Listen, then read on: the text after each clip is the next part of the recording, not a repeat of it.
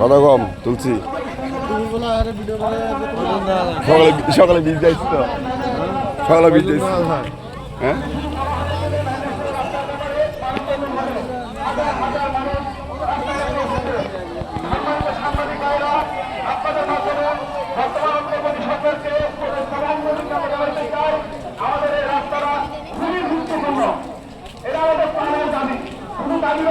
এটা আমাদের প্রয়োজন হয়ে যাবে, এটা আমাদের এটা ছাড়া আমাদের কোনো রাস্তাই নেই, এটা আমাদের টাকা মারা লড়াই। সম্মানিত উপস্থিতি, যেহেতু আমাদের এই রাস্তা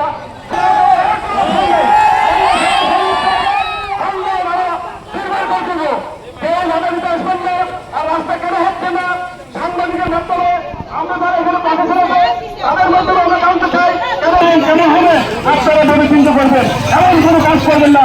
আমরা শান্তিপ্রিয় মানুষ, আমরা পাহাড়ি বাঙালি, এই রাঙ্গামাটি জেলায় শান্তিপ্রিয় ভাবে বসবাস করি। কোন দুষ্কৃতীয় লোক এখানে শান্তি সৃষ্টি করতে পারবেন না, এই রাস্তা নিয়ে কেউ ষড়যন্ত্র করতে পারবেন না।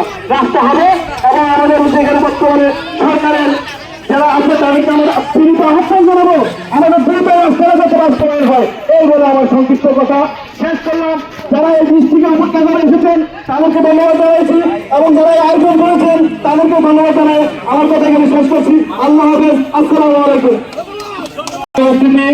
আমাদের মাঝে বৈষম্য বিরোধী আন্দোলন রাঙ্গামাটি জেলার সম্মানিত নেতৃবৃন্দ এসেছেন, আমাদের মাঝে এসেছেন ছাত্র শিবিরেরও জেলা নেতৃবৃন্দ সহ বিভিন্ন দলের জেলা নেতৃবৃন্দরাও আমাদের সাথে একাত্মতা অর্জন করেছেন।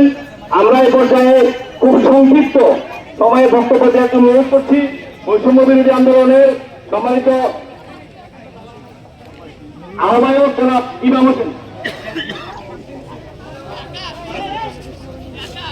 আসসালামু আলাইকুম ওয়া রাহমাতুল্লাহ।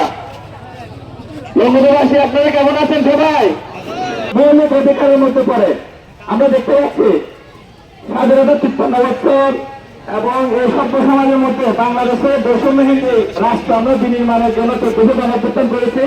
এই অভ্যুত্থানে যে মূল স্থির ছিল পাহাড় সমতল সব জায়গায় সমান অধিকারে মানুষ বসবাস করবে, কিন্তু আমরা দেখতে পাচ্ছি কোন এক